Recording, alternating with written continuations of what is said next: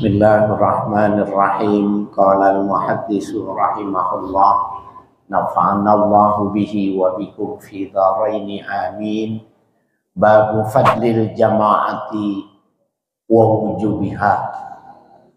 Ini bab menjelaskan tentang keutamaannya salat berjamaah dan kewajibannya.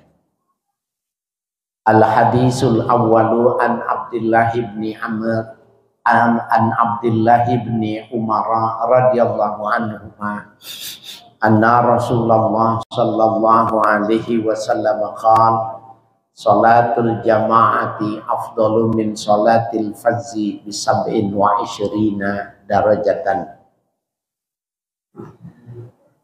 Al hadisul awwalu, hadis yang pertama, an Abdullah ibn Umar radhiyallahu anhuma. Hadis diriwayatkan dari Abdullah bin Umar radhiyallahu anhuma anna Rasulullah sallallahu alaihi wasallam qala, bahwa Nabi sallallahu alaihi wasallam bersabda, salatul jama'ati afdalu min salatil fazzi. Salat berjamaah lebih afdal ketimbang salat sendiri. Bisab'in wa isyrina darajatan, dengan level tingkatan 27 derajat. Di dalam hadis sahih lain, ya, khamsin wa isyirin, 25. Di sini 27. Kedua-dua hadis ini sahih. Yang menyatakan 25, yang menyatakan 27, dua-duanya sahih. Lalu yang mana yang benar? Dua-duanya benar. Kemudian yang mana kita mendapatinya tergantung. Yang jalannya jauh, kehujanan, maka bisa jadi dia 27. Yang dekat cuma lompat pagar istilahnya, nyampe bisa jadi 25. Orang yang mempersiapkan sholat berjamaah, jadi jam 4 sudah mandi, sudah dandan, pakaian, sudah pakai parfum, persiapannya itu juga dinilai. Ya. Kemudian bagaimana dia belajar tentang sholat, tentang ya beribadah berjamaah, itu juga bisa jadi membedakannya. Nah, ada beberapa masalah. Dalam syarah, ya, di dalam syarah dikatakan istadalla bihi ala sihhati sholatil fazzi. Hadis ini menunjukkan bahwa sholat sendiri itu sah. Kenapa sah? Karena afdalu min sholatil fazzi, lebih utama dari sholat sendiri. Berarti sholat sendiri itu sah. Berbeda dengan Imam Malik yang mengatakan orang laki-laki tidak sah salatnya kecuali di masjid. Nah, kalau mazhab Syafi'i mengatakan tidak.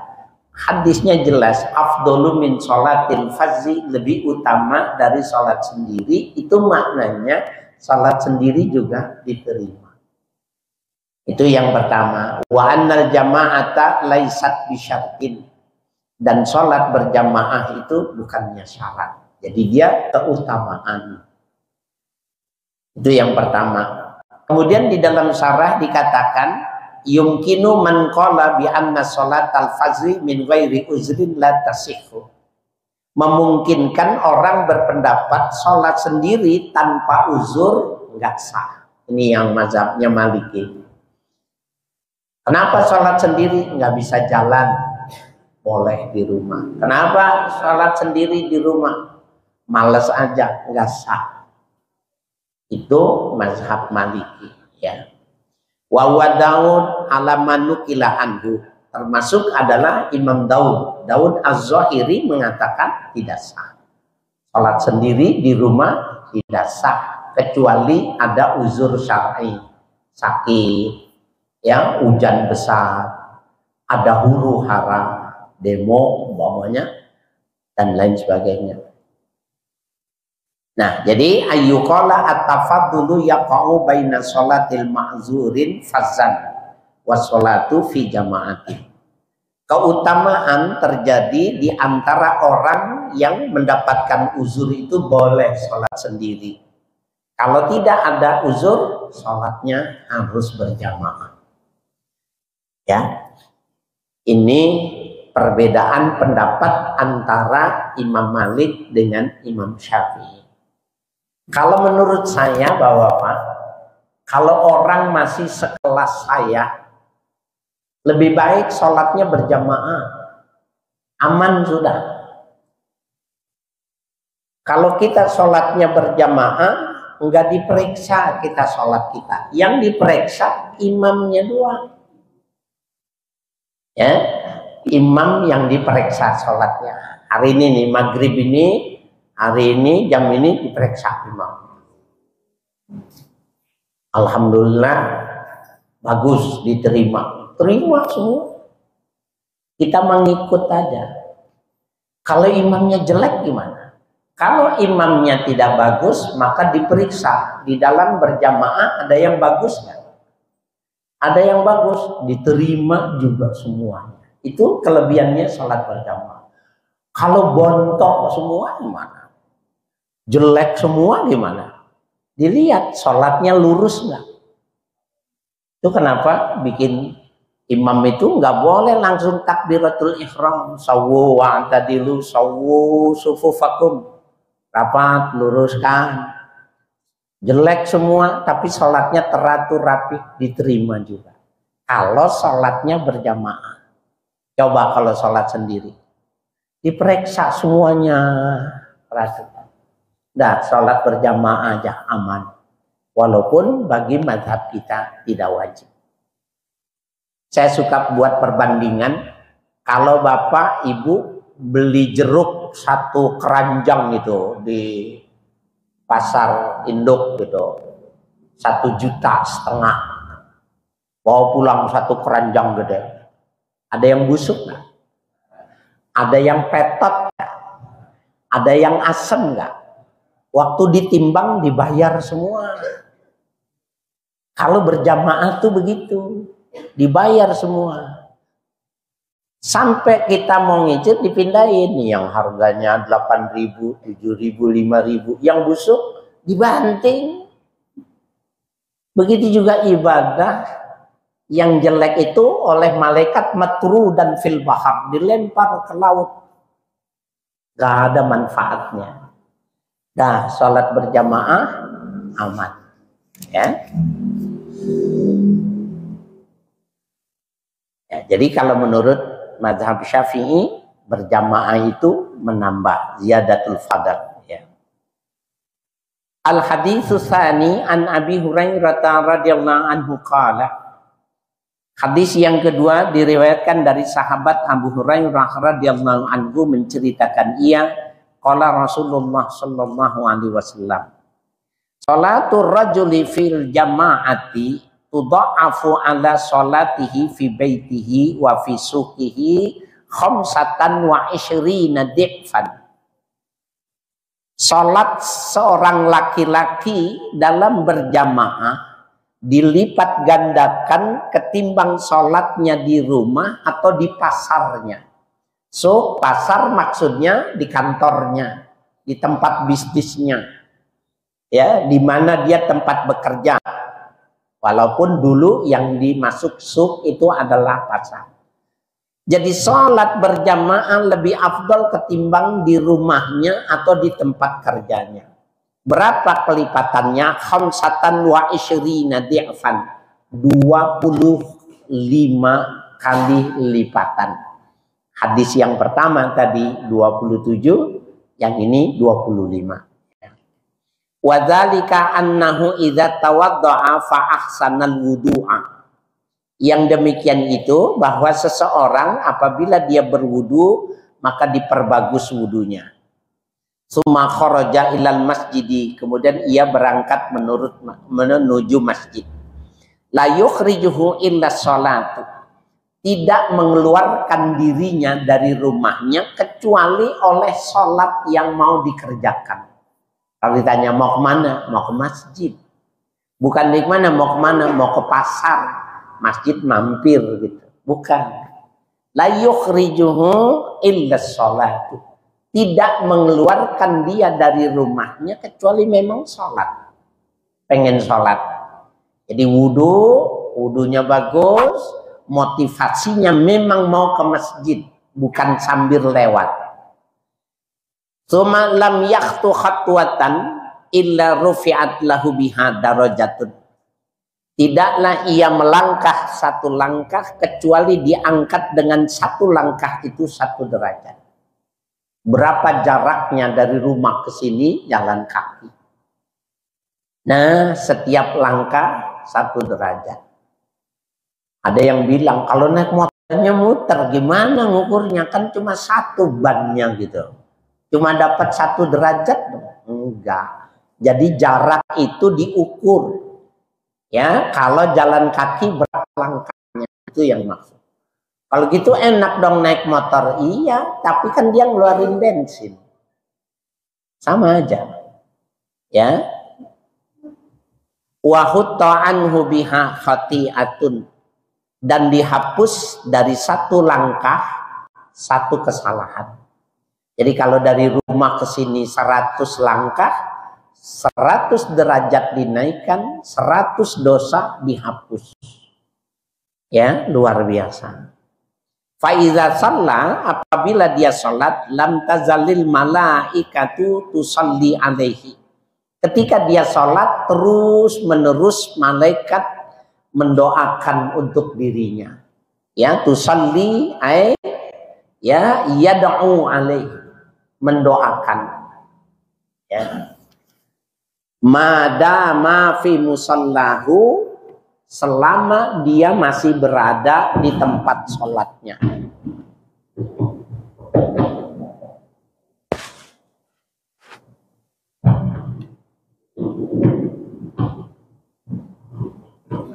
Ya, jadi seperti kita ini, madama fi musallahu namanya. Selama kita masih di tempat sholat. Habis sholat, tidak keluar, ada pengajian, sampai ketemu sholat lagi, maka dari mulai masuk pertama tadi, sampai nanti kita keluar, didoakan sama malaikat. Kira-kira kalau doanya malaikat kabul nggak? Insya Allah kabul. Ya. Allahumma sholli alaih, itu doanya malaikat. Ya Allah, sholli alaih. Apa maknanya as-sholli? Nah itu Bapak saya sekalian,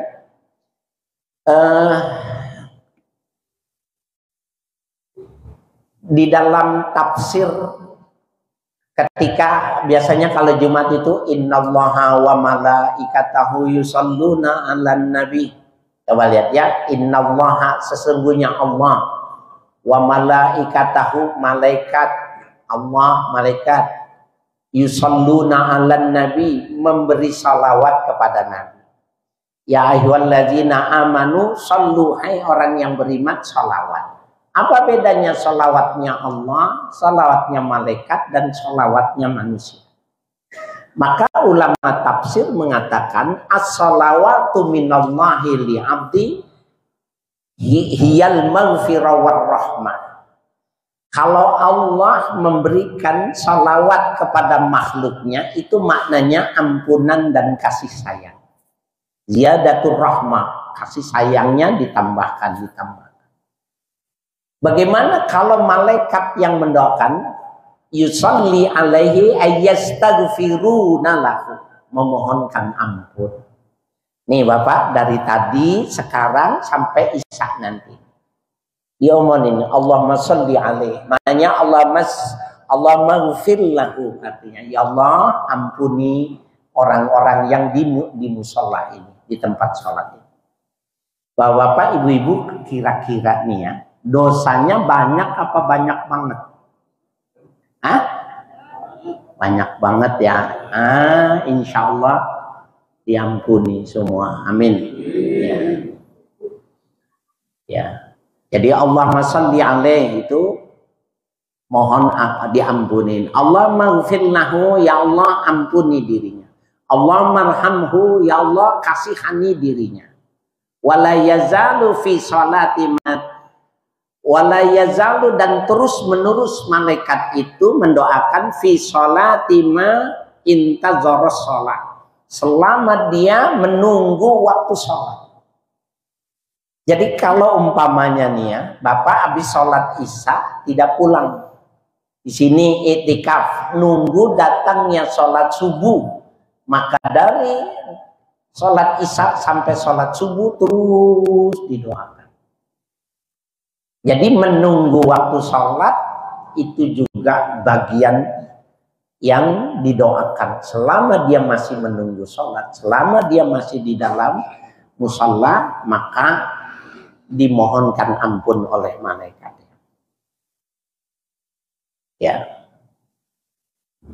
Nah, di sini dalam syarah dijelaskan wa man shalla fi baitihi fi jama'atin, orang yang sholat di rumah tapi berjamaah. Di rumah sholat sama istri sama anaknya, lam yahsul fi sholatihi ba'du hazihil majmu'i, tidak sama dengan sholat berjamaah yang berkumpul banyak seperti kita. Di rumah berjamaah bagus, tapi di masjid yang jamaahnya lebih banyak lebih bagus. Itu bisa jadi yang di rumah 25, yang di masjid 27. Ya. Wa wal masyul ladzi bihi tarfa'u lahu darajat. Jalannya dari rumah itu bisa mengangkat derajat seseorang. Subhanallah. Ya. Kita lanjutkan. Al haditsu tsalitsu, hadis yang ketiga, an Abi Hurairah radhiyallahu anhu qala. Hadis diriwayatkan dari sahabat Abu Hurairah radhiyallahu anhu menceritakan ia, qala Rasulullah sallallahu alaihi wasallam, inna asqala sholati alal munafiqina sholatul isya wa sholatul fajri. Sesungguhnya yang paling berat sholat dilakukan oleh orang-orang munafik sholatul isya, sholat isya, wa sholatus fajri, ay sholatus subhi, sholat subuh, sholat fajar itu berat. Malam udah capek, ya, malam sudah capek, subuh belum bangun. Nah, ini dua sholat yang berat, dan ini kata Nabi, kalau orang tahu kelebihannya maka dia pasti akan bertahan. Ya. Nah, ini dikatakan walau ya'lamuna ma fihima, seandainya manusia mengetahui pada keutamaan dua sholat itu, sholat isya sama sholat subuh, dia dikasih tahu, mengerti dia, la atauhuma walau habwan, pastilah orang akan mendatangi kedua sholat itu walaupun merangkak. Ya, walaupun ngesot, habwan itu ya jalan dengan pantat, didorong dengan tangan. Ada habwan juga maknanya itu merangkang dengan dua lutut dan dua siku yang jalan. Berdarah-darah dia datang ke masjid sholat subuh, karena dulu zaman dulu kan nggak jalannya ada aspal gini rata, nggak ada beling, nggak ada. Dulu ya pecahan batu dan lain sebagainya. Kalau sampai ke masjid ya bisa jadi orang kakinya kesandung, berdarah. Seandainya dia bisa berangkang, pasti dia akan datang sholat isya dan sholat subuh. Nah, kita hari ini insya Allah sholat isya bareng, tapi sholat subuhnya jaga ya.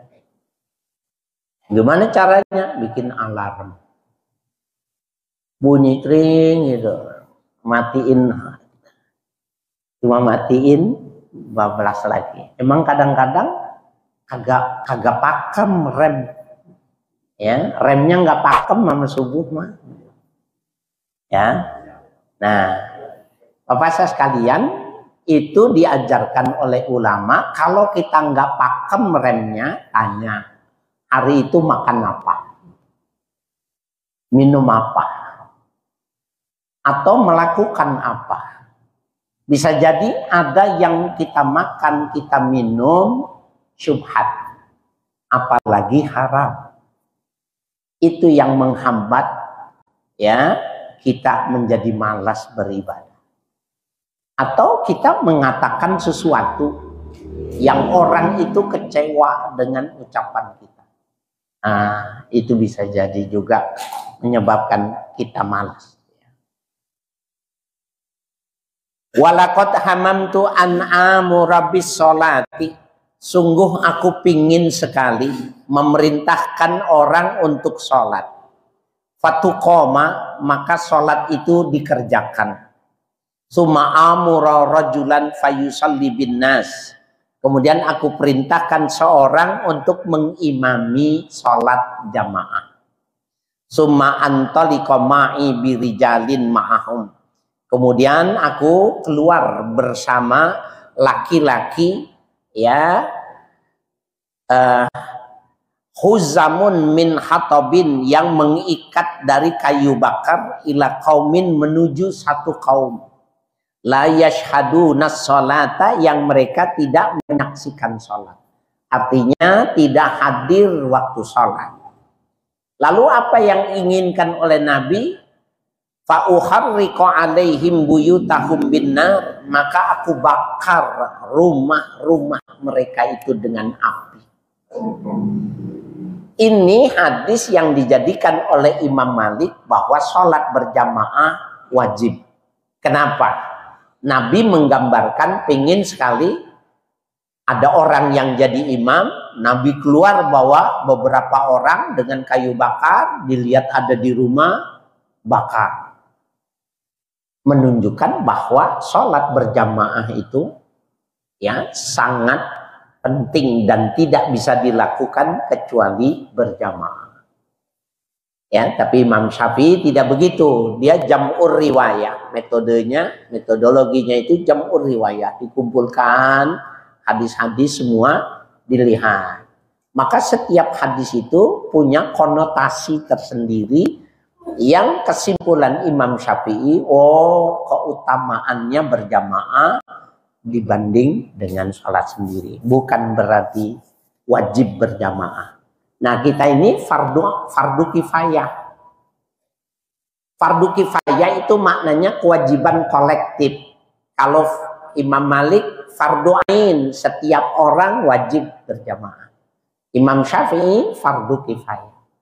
Jadi kalau subuh ada imam sama makmum satu, jadi dia yang azan, dia yang qomat, dia yang jadi imam. Imam makmum datang satu, udah bebas sekampung.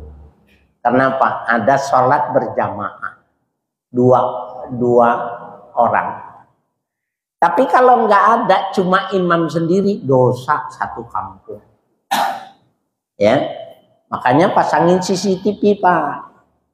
Imam pasang CCTV, koneksi sama HP, periksa. Wah, sendirian, buru-buru lari ke sini. Ya, jangan sampai sendiri berdosa. Ya. Di sini kalau subuh berapa saf?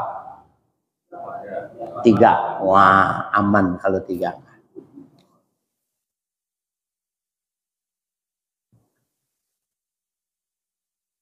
Al-haditsus sadisu ya. Ini. Ikhtalafal ulama'u fil jama'ati fi ghairil jumu'ati. Ya. Ini saya bacakan syarahnya. Terjadi perbedaan pendapat di kalangan ulama tentang sholat berjamaah selain hari Jumat. Kalau hari Jumat kan memang tidak sah kecuali berjamaah sholat Jumat. Nah, fakila sunnatun. Pertama, ulama mengatakan sholat berjamaah hukumnya sunnah. Wa huwa qaulul aksarin, dan itu pendapat banyak di kalangan ulama yang mengatakan sholat berjamaah sunnah. Wakila fardu kifayatin. Yang kedua, ulama yang mengatakan sholat berjamaah itu fardu kifayah. Jadi kewajiban kolektif. Kalau ada satu yang berjamaah, gugur semuanya. Seperti sholat jenazah. Wa huwa qaulun fi mazhabi Syafi'i wa Malikin. Ini yang mengatakan fardu kifayah adalah mazhab ya Imam Syafi'i dan Imam Malik. Wakila fardun alal a'yan. Ya, dan dikatakan di mazhab Malik itu fardu ain, bukan fardu kifayah. Jadi ada yang bilang fardu ain, ada yang bilang fardu kifayah. Nah, ini beda-beda. Ya, jadi ikhtilafnya banyak ya. Fakila syartun fisih hati sholati. Ulama mengatakan bahwa berjamaah itu adalah syarat sahnya sholat. Apa bedanya syarat sama rukun? Ini Pak. Ma yatimmu syai'an, ma yatimmu syai' wa huwa kharijun anhu syartun. Setiap sesuatu yang menyempurnakan dan dia berada di luar sholat namanya syarat. Wudu itu bukan sholat. Tapi tidak sah orang yang sholat tanpa wudu. Maka wudu itu syarat. Lawanannya rukun. Ma yatimmu syai' wa huwa dakhilun fi. Sesuatu yang menyempurnakan dan dia adanya di dalam sholat. Baca Fatihah, rukun. Karena dia di dalam. Apabila ditinggal, tidak sah. Nah, ulama yang mengatakan bahwa berjamaah itu syartun min sihhatis sholat. Salah satu syarat sahnya sholat itu berjamaah. Ya, jadi ikhtilaf antara yang satu dan lainnya. Wa huwa marwiyun an Dawuda, yang demikian itu diriwayatkan dari pendapat Imam Daud Az-Zahiri. Ya, wakila innahu riwayatun an Ahmad. Ada riwayat mengatakan itu Imam Ahmad, ya, Ahmad bin Hambal. Wal ma'rufu annaha fardun 'alal a'yan. Adapun yang masyhur ya, yang dikenal Imam Ahmad mengatakan fardu ain. Walakinnaha laisat bisyartin. Ya, tapi bukan dimasukkan syarat. Cuma wajib dikerjakan, ya. Nah, ini Bapak-bapak, tujuannya kalau kita membahas dengan membuat perbandingan mazhab semacam ini, tujuannya kalau kita pergi ke Maroko itu mazhabnya Maliki. Kalau kita di Mekah itu dominasinya Imam Ahmad. Ya, kalau kita ke Turki itu dominasinya Abu Hanifah. Kalau di Indonesia, Malaysia, Brunei itu mazhabnya Imam Syafi'i. Nah, jadi kita dengan belajar dikomparasi, diperbandingkan agar supaya ketika terjadi perbedaan kita jangan kaget, biarin saja, memang mazhabnya tidak sama, ya. Kita di Maroko gitu, kita waktunya sholat di jalanan dimarahin, ya jangan marah, memang menurut dia harus dimarahin, ya, karena wajib. Ya, oke, kita lanjutkan. Al hadisur rabi'u, hadis yang keempat, an Abdullah ibni Umar radhiyallahu anhuma anin Nabi sallallahu alaihi wasallam qala. Hadis diriwayatkan dari Abdullah bin Umar radhiyallahu anhu dari Nabi sallallahu alaihi wasallam, beliau bersabda, "Iza sta'zanat ahadukum imra'atuhu ilal masjidi falam yamna'ha." Apabila meminta izin terhadap salah seorang di antara kalian oleh istrinya. Jadi apabila seorang istri di antara kalian minta izin ilal masjid, menuju masjid, fala yamna'ha, jangan dicegah istrinya ke masjid. Pak, saya mau sholat jamaah di masjid. Suaminya mestinya girang, alhamdulillah. Ya, jangan dilarang. Ya. Jadi sholat berjamaah itu ini memang tidak lazim ya. Saya lama di Yogyakarta 6 tahun. Kemudian saya di Jawa Timur gak lama. Kalau di daerah itu bukan cuma sholat wajib. Sholat Jumat di Yogyakarta, di Sleman, itu perempuan itu ditutup gini sholat. Ibu-ibu seperti di Mekah. Orang Indonesia pergi haji, orang Indonesia pergi umroh. Sholat Jumat nggak? Sholat. Kenapa di sana sholat di sini? Enggak. Walaupun wanita itu tidak wajib. Jadi hukum wanita sholat Jumat itu alat takhir. Boleh pilih. Jadi kalau dia sholat Jumat tidak wajib zuhur. Kalau dia tidak Jumatan wajib zuhur. Untungnya berjamaah itu jelek, buruk, kurang bagus, kurang khusyuk. Kalau sholat berjamaah bebas. Ya, jadi kalau istrinya ke masjid jangan dilarang. Bersyukur kalau dia ingin menjaga lebih bagus. Qala berkata rawi faqala Bilal bin Abdullah. Ya, berkata Bilal ya bin Abdullah. Wallahi lanamna'hunna. Demi Allah ya pastilah mereka akan dijaganya. Faqala ya, maka berkata rawi fa'aqbalahi Abdullah. Maka tampil kepadanya Abdullah. Fasabbahu sabban sayyi'an. Maka kemudian dicacinya dengan cacian yang buruk. Ma sami'tu sabbahu mislahu qattu, yang belum pernah aku mendengarkan cacian yang sama sekali seperti itu. Jadi boleh tuh kalau kita lihat ada orang istrinya minta izin mau ke masjid dilarang, kita marahin tuh suaminya. Ya. Karena dia melarang kebaikan yang mau dilakukan istrinya. Ini ngomong bener nih, bapak-bapak yang hadir nih. Bapak-bapak kalau istrinya izin mau ke masjid boleh nggak? Nah, itu tuh penting ya. Jadi gini Pak. Suami itu bertanggung jawab memberi keselamatan di dunia. Maka kita sudah jamin tuh nggak kehujanan, nggak kepanasan, tidak ada yang mencuri, tidak ada yang ganggu, udah kita ganggu, udah pelihara. Tinggal kita menjamin keselamatannya dia di akhirat.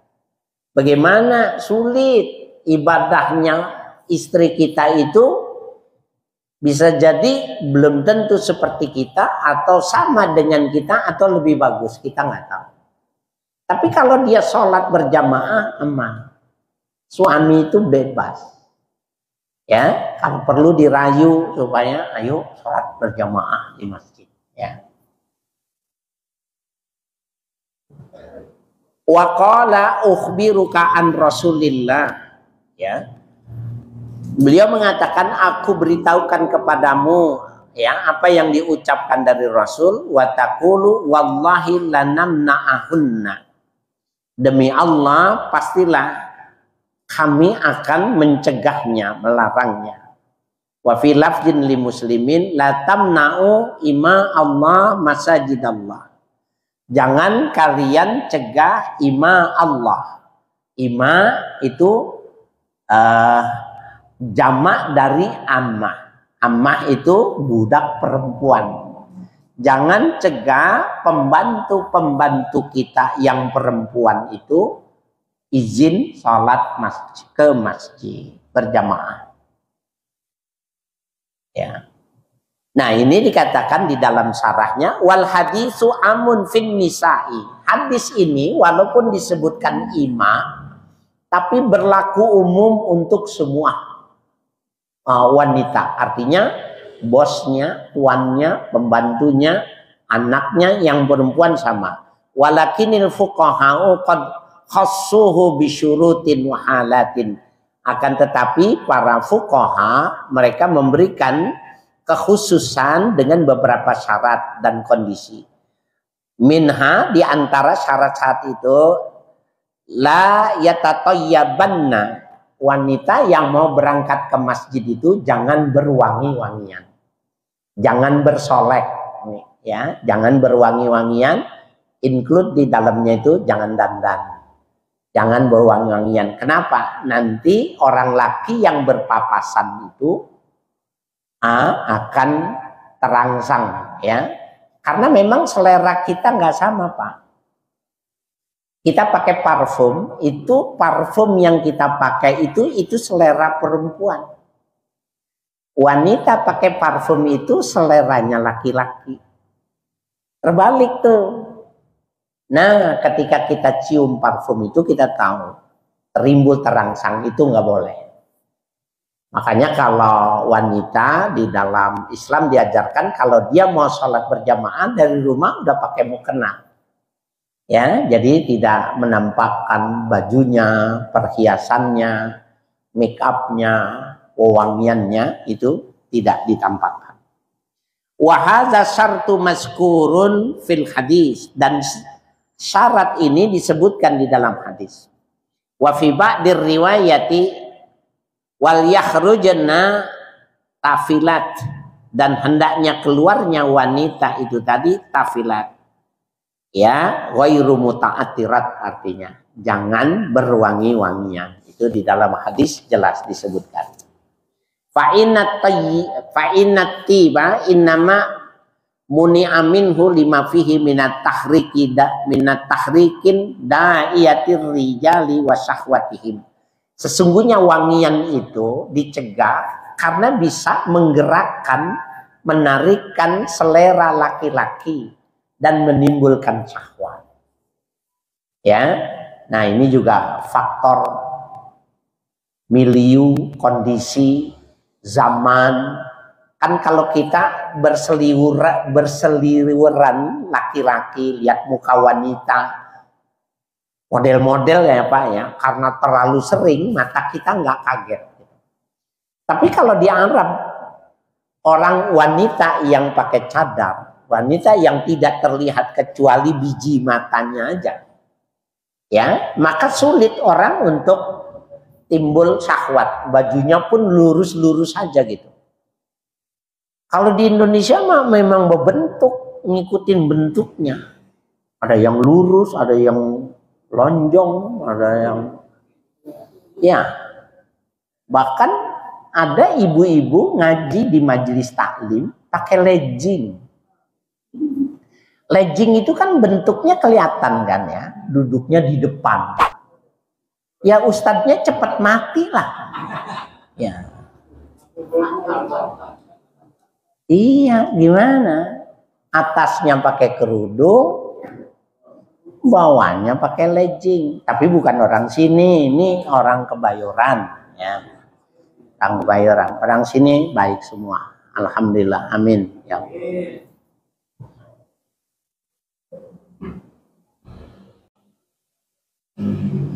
Ya. Nah, di dalam katakan di dalam sarahnya ini waqad sahha annan nabiyya sallallahu alaihi wasallam qala, sungguh sahih hadis ya bahwa Nabi bersabda, ayyumamra'atin asabat bakhuran, wanita yang mana saja yang menggunakan bukhur itu kayu cendana yang dibakar, kemudian mukenanya tuh digini. Nah, sehingga seluruh mukonanya, tubuhnya wangi. Kalau sekarang pakai parfum, ya.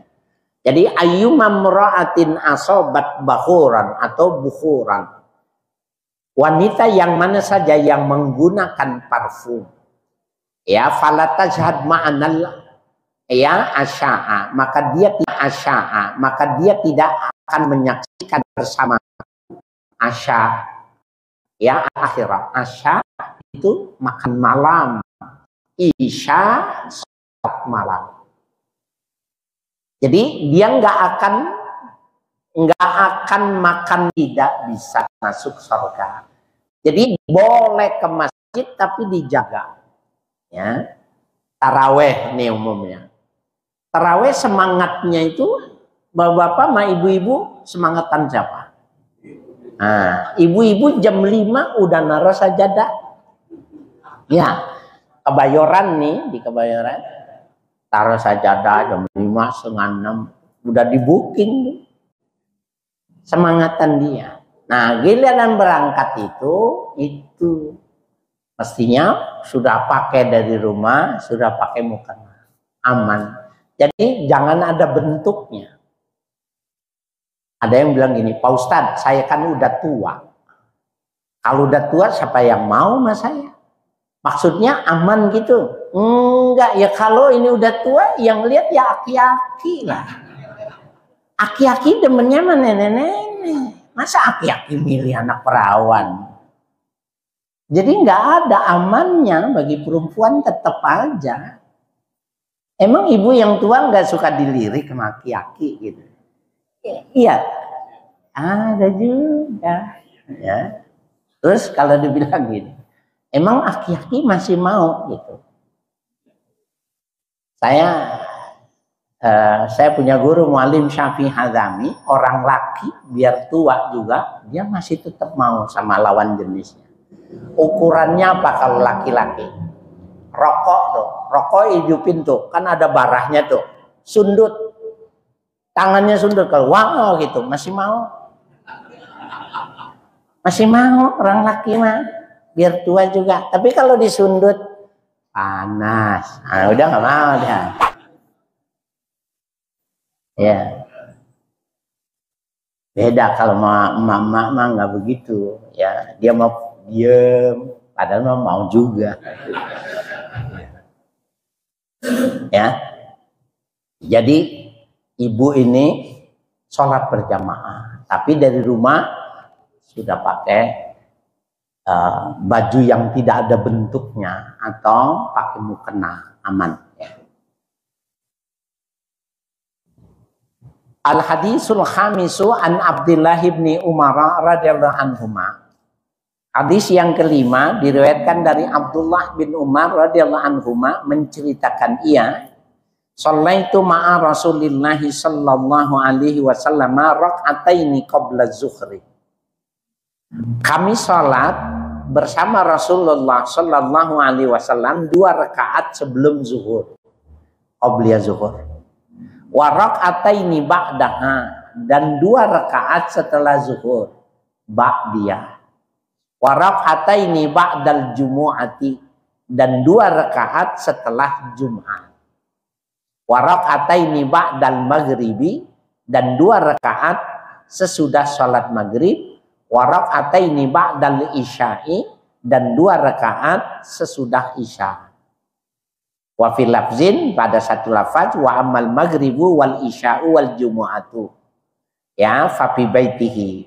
Adapun sunnah maghrib, ba'diyah isya, ba'diyah Jumat, fa fi baitihi. Nabi mengerjakannya di rumah. Ini umumnya memang begitu. Nah, kalau ditanya, kok nggak ada sebelum maghrib, sebelum isya, sebelum Jumat, tidak dimasukkan, maka ulama mengelompokkan apabila Nabi melakukannya terus menerus, maka ini namanya sunnah muakkadah, sunnah yang tidak ditinggal. Tapi kalau tidak kadang dikerjakan, kan tidak, namanya ghairu muakkadah. Ya, jadi qobliyah maghrib mau kerjakan bagus, tidak berdosa, tidak masalah. Begitu juga dengan isya, ya. Tapi ba'diyahnya jangan ditinggal. Nah, ini ada masjid habis sholat isya langsung taraweh, salah. 2 rakaat ba'diyah itu muakkadah, 20 rakaat taraweh ghairu muakkadah. Jadi jangan ditinggalkan karena ini 2 rakaat langsung aja taraweh, 20 kan udah keangkat yang 2. Enggak, kelasnya beda. Ya, jadi yang tidak ditinggal oleh Nabi disebut muakkadah. Jadi hampir seperti wajib. Adapun sebelum Jumat sunnah tahiyatul masjid. Dan banyak hadis yang menjelaskan bahwa dari mulai pagi hari di hari Jumat itu kesunahan untuk sholat banyak. Jadi tidak usah disebutkan lagi qobliyah Jumat karena memang perintah sholatnya sudah banyak, ya. Wa fil lafzin lil Bukhari, pada lafaz Imam Al-Bukhari, An-Ibnu Umar qan, bahwa Ibnu Umar, Abdullah bin Umar mengatakan, haddatsatni Hafsatu, menceritakan kepadaku Sayyidah Hafsah. Hafsah ini istri Nabi sallallahu alaihi wasallam, anna nabiyya kana yusalli sajadatain khafifatain ba'da ma yatlu'ul fajr. Bahwa Nabi sholat 2 kali sujud. Maksudnya 2 kali sujud, 2 rakaat. Khafifataini, sholatnya ringan, 2 rakaat ringan. Ba'da ma yatlu'ul fajr, setelah terbitnya fajar. Berarti qobliyah subuh Nabi sholat dan sholatnya ringan, ya. Wa kanat sa'atan la adkhulu 'alan nabi sallallahu alaihi wasallam fiha. Ya, wa kanat sa'atan, dan satu saat la adkhulu 'alan nabi, aku tidak masuk kepada Nabi fiha, pada saat itu. Maksudnya di mana Nabi sedang mengerjakan sunnah fajar itu, ya, benar-benar istrinya tidak menjumpainya, tidak mengganggunya. Saya kira itu Bapak-Bapak sekalian, yang akan datang al-hadisus hadisu wallahu a'lam.